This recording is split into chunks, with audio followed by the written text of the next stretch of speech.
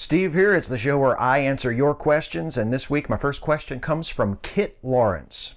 Hey Steve, I've got a question. As Trump says quite severe things, it is desensitizing everyone along with him. However, when he actually does something serious, it might be taken lightly, or he might cause disruption. How do you feel about this? Well, I think it's a problem.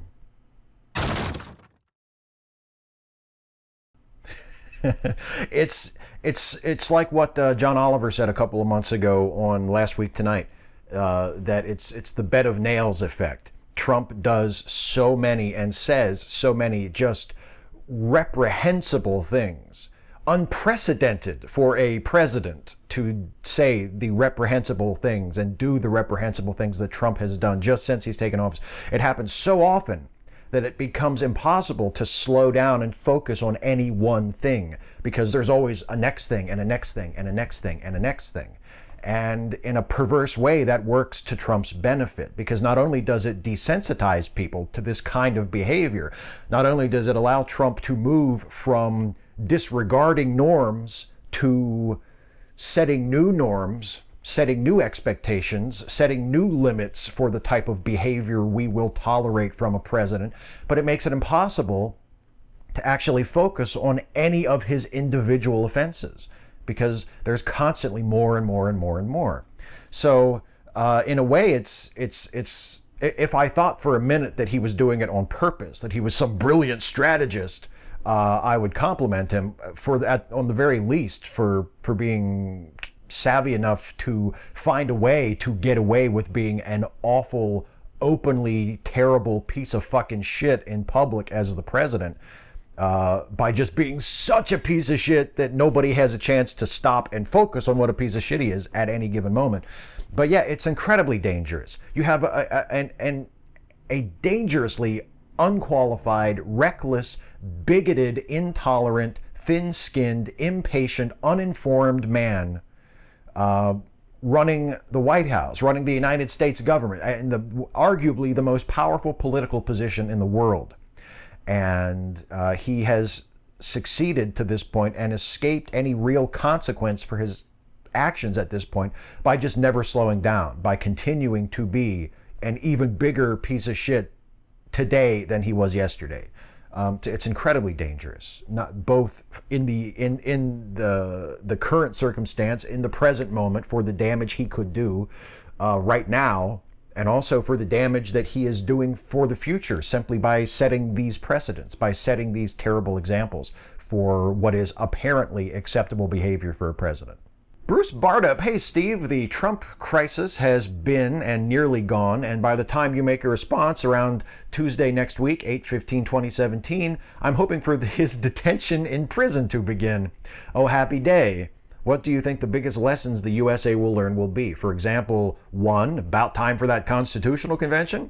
2, the intelligence services congressional committees, both of them. Why? 3, reform of the free press. 4, revering the position of president like God, not such a great idea.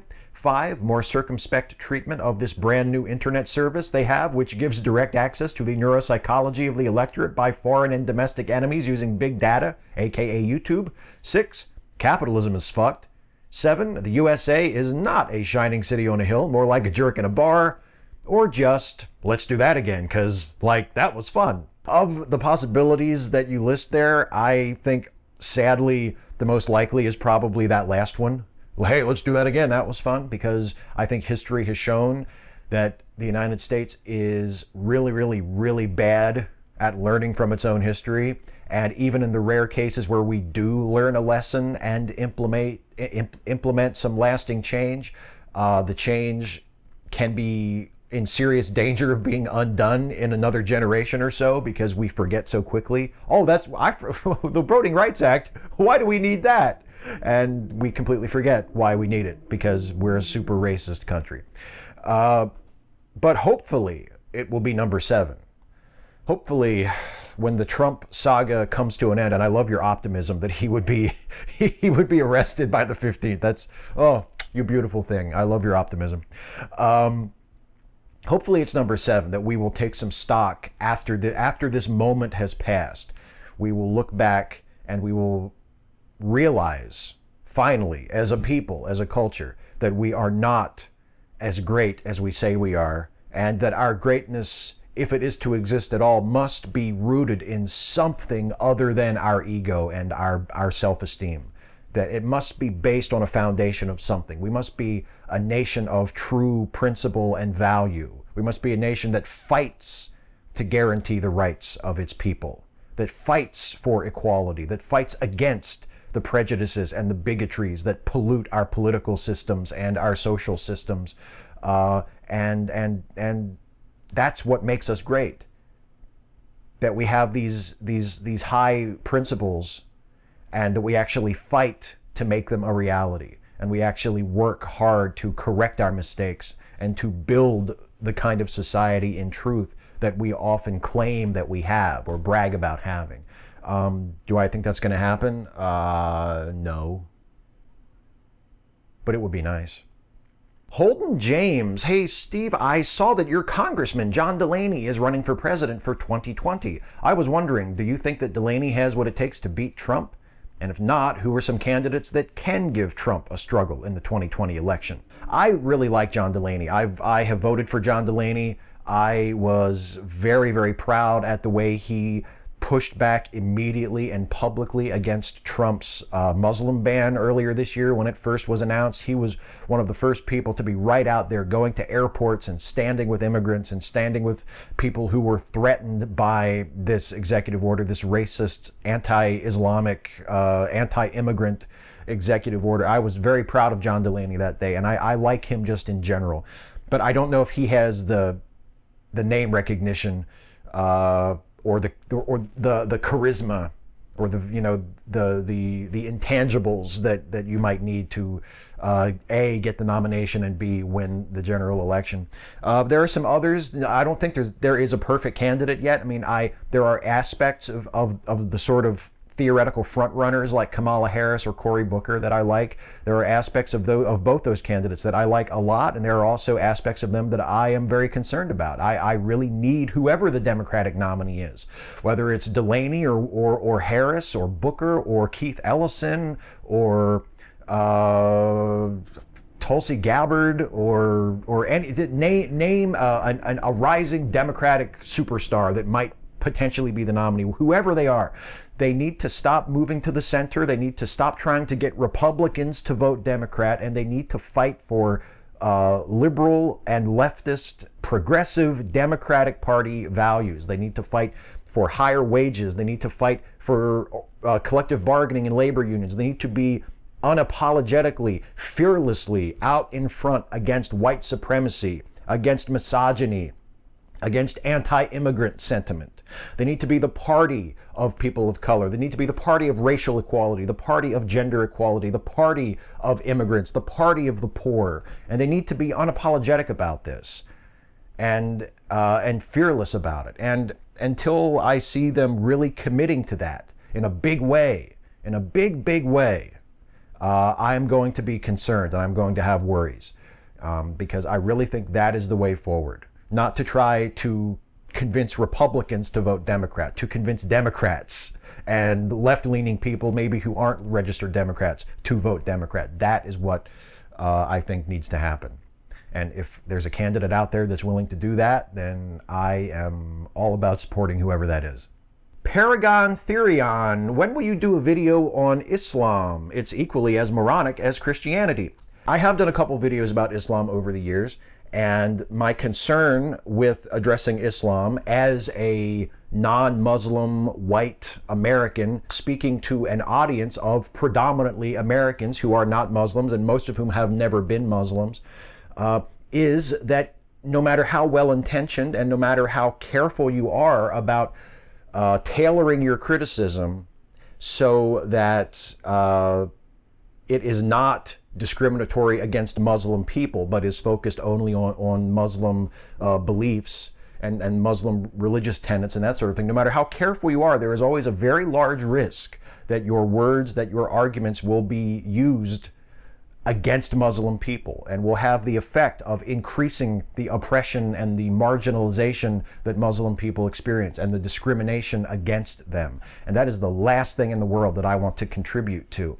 I think the main problem in the United States regarding Islam is not that more people need to hear really good debunkings of Muslim religious beliefs, but that people need to be educated on the plight of Muslims living in this country, and on the fact that Muslims do not pose a threat to our society, that Islamic terrorism, while it is absolutely atrocious and awful and something that should be fought and should be stamped out around the world, does not currently pose an existential threat to the United States. Fears about the existential threat of Islamic terrorism to the United States have been grossly exaggerated by people who are using xenophobia and racism to their own political ends.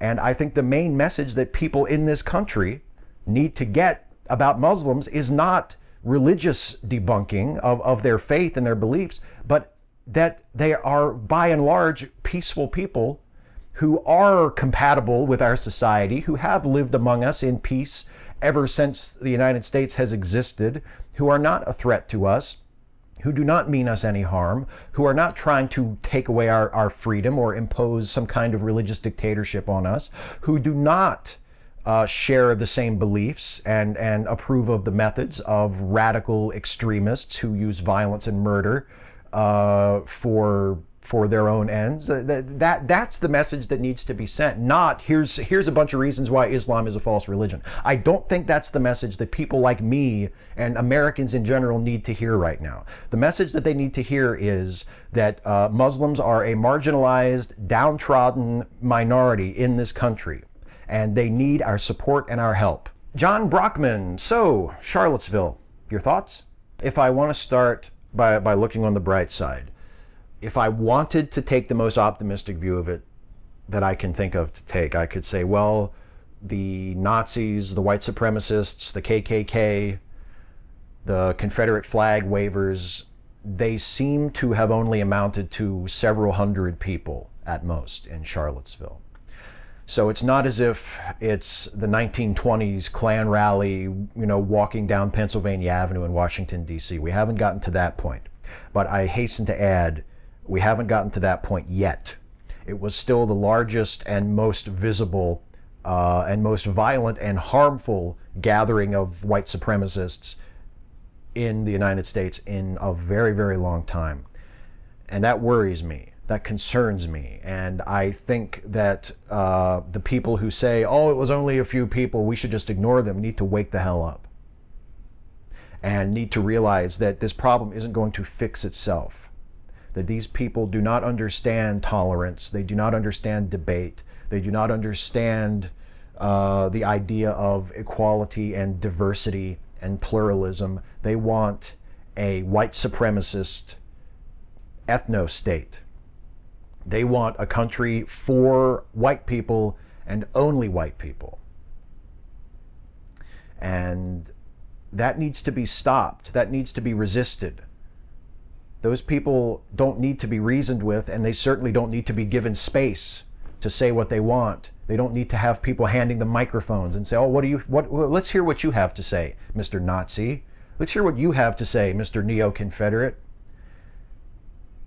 What they need is to have people of goodwill, people who are willing to oppose them, stand in their way. To go out and stand in their way and say, you can't go any further, and say, we don't want you here. If you're going to fly that Nazi flag, if you're going to fly that Confederate flag, if you're going to wear those symbols of hate, and you're going to align yourself with these ideals and promote this ideology, then you can't be here. We don't want you here. You have to go. And what really bothers me and what really worries me is how many people are not willing to do that, even after Charlottesville, even after we saw white supremacists, Nazis, beating black men with poles. Even after we saw a white supremacist drive through a crowd of people and running people over and murdering a woman. even after that, there are still people who are going, oh, well, but you know, there's some bad apples on both sides. Of what use are you people? People who have that attitude, who are not willing, who are willing to condemn the Nazis and say, oh, of course the Nazis, the white supremacists, oh yes, they're awful, yes, they're terrible, but they can't just leave it at that. They have to do this both sides horse shit and say, oh, but you know, Antifa, I don't like those guys. There are some people, there are some of those socialists on the left that are getting a little violent. Is it so much to ask for an unqualified, unequivocal condemnation of fucking Nazis without doing this equivalence horseshit, without doing this moral high ground, oh, well, but of course people on the other side, they have to be careful of their tactics as well. Fuck you. What the fuck is wrong with you? What the fuck is wrong with anybody who would look at what happened in Charlottesville, where people were murdered by Nazis? And, oh, sure, they'll condemn the Nazis. Oh, no, I'm not saying that. What they did was awful. But what about these guys over here? Fuck you. Fuck you.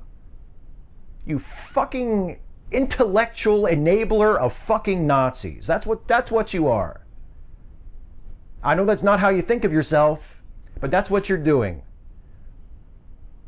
You are intellectualizing and excusing Nazis by creating this false construct where, oh yeah, they're bad, but these guys over here are just as bad. Go to hell.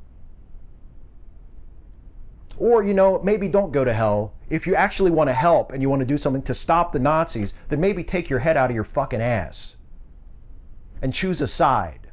And choose the side that the Nazis aren't on. Choose the other side, the side without the Nazis. Genius. That's the side you belong on. Anyway, that's what I think. Oh, hey. Look at that. It's now time for the lightning round. Sabrina Lozita's Meredith. Hey, Steve, what's your favorite Disney animated movie? And correlation, what is your favorite Disney princess? Or who's your favorite Disney princess? That's tough because I'm not really a huge fan of Disney movies. I guess maybe Pinocchio. Pinocchio was pretty good. As for favorite Disney princess, again, tough question because I don't really pay that much attention, but I don't know, maybe Merida from Brave. I remember her as being pretty good. But again, I'm working with a very incomplete frame of reference here. Dangerously Talented. That was a trick question. There is no plural of Batman because there is only one Batman. The only question is, which Batman is the real one? The one that lives right in here, my friend. The one that lives right in here. Ahoy Erno, with the 6 Things about 1927 format break, are you going to add an X Things spin-off for difficult topics, or will X Things become the main show? Have you ever considered doing a 6 Things episode before? No, I mean, I sort of snuck a 6th thing into the 1927 episode because I couldn't find another way to mention all the other stuff I wanted to talk about and also include the Lindbergh flight, so I just kind of threw it in. And I might do stuff like that again in the future if I find myself in a similar situation when writing the video, but no, I don't plan to permanently change the format or to introduce another series or anything like that. Lucas Hackett, hey Steve, what are the only 3 things that tend to make you sleep? For me, it's calm rainy nights, warm blankets, and oddly enough, video game soundtracks, mostly from the underwater levels of both Donkey Kong Country and Super Mario World, and anything involving the SNES port of SimCity. So what about it? I can't think of 3 things. I like white noise. I like either having like a fan on in the background, or I have a white noise app on my Kindle that I play sometimes. To provide just a little bit of background noise when I'm falling asleep. But that usually does it for me. I can't think of 2 other things. I don't really need, I don't know. Does a Benadryl count every once in a while? The Coffee Nut. Australia has stated it wants to enlist more women than men. Do you think this is a smart way to diversify a military? It will certainly achieve gender diversity. So if that's their goal, I think that's an excellent goal. And it would be interesting to see if having a military that is majority woman as opposed to majority man would operate any differently. Something tells me that it wouldn't. That it wouldn't really matter. The result would just be more gender equality and more opportunity for women in the military, which I think would be a good thing. So yeah, I think it's a fine idea. Joshua Purvis, hi Steve. My question is, when did you meet Jason Harding? He's really funny. I enjoy your podcast. Both of you guys, you're both entertaining. If you can I get a shout out from the both of you? Thanks, Steve. I met Jason. I'll tell you what. I remember I was walking through the wilderness one day, and it started to rain. So of course I took shelter in a nearby cave, and I heard this growling from the shadows. So I went back further into the cave to investigate, and there was Jason, you know, just drawn up in this very defensive position in a corner, and I noticed he had a thorn in his hand. So I very delicately and very carefully reached out and plucked out the thorn. And he was so grateful that we've been pretty much best friends ever since. And I don't know about the shout out, I'll have to ask him. Dave Edwards, speaking of Jesus' return, the parousia, have you ever studied eschatology, e.g. pre-trib, post-trib, praetorism et al.? I don't think it's fair for me to say I've studied it, as in I've been a very devoted student of it, but I have a very general, sort of shallow knowledge of the main points of it. You know, I'm not someone to come to like for a real education on it, but I just, through having to do research and study things for the Atheist Reads videos over the years, I've picked up a little bit about the gist of it, but no, I wouldn't say that I'm an expert on it, or that I've put any real time into studying it. Scott Bresinger, hey Steve, I had a weird dream recently involving you, not what you're thinking. In it, I was visiting your house, but in this dream you lived in an apartment with enough floor space to be a warehouse. We were in your enormous living room, which was furnished with little more than a couch and a television. For some reason, YouTube movie critic Chris Stuckman was also there. I can't remember what we talked about, and I woke up after only a few minutes. My question to you, what the hell is wrong with me? I have no idea, but I've got bad news for you. If you're having dreams about me, it means that you've got me right in here. And once you've got me running around in here, it's over, pal. Gwen No Fear, hey Steve, do you drink any tea? If so, what are your favorite kinds? Caffeinated or herbal, cold or hot, sweetened or unsweetened? Just sort of generic, you know, just regular old Lipton's grocery store black tea, the kind that you get in the box with like 100 tea bags in it. I make iced tea with it, unsweetened, and I also like to drink it hot sometimes, also unsweetened. I prefer unsweetened tea with no cream in it or anything, and yeah, that's pretty much it. About as bland and generic as you can imagine. Radical Bacon, whenever there's new pictures of Kim Jong-un, I'm irrationally angry at whoever photoshops his ears to appear smaller. With all the other bullshit he does, this is probably the least of his offenses, and one that few people notice. Am I good? You are so good, because I never noticed that. So yes, you're very good. You're better than I am, because is that true? I feel like it's like just last week with like the no male ginger porn stars. I had no idea. I had no idea that people photoshopped Kim Jong-un's ears to be smaller. So if that's true, yes, you are very good for catching that. And yeah, it is kind of silly, isn't it? What's the point? He's already a dick. Dr. Babylon, Steve, a crisis on Infinite Earths occurs and merges all the live-action DC continuities, Arrowverse, Supergirl, Smallville, Gotham, the DCEU movies, etc., into a single definitive DC universe.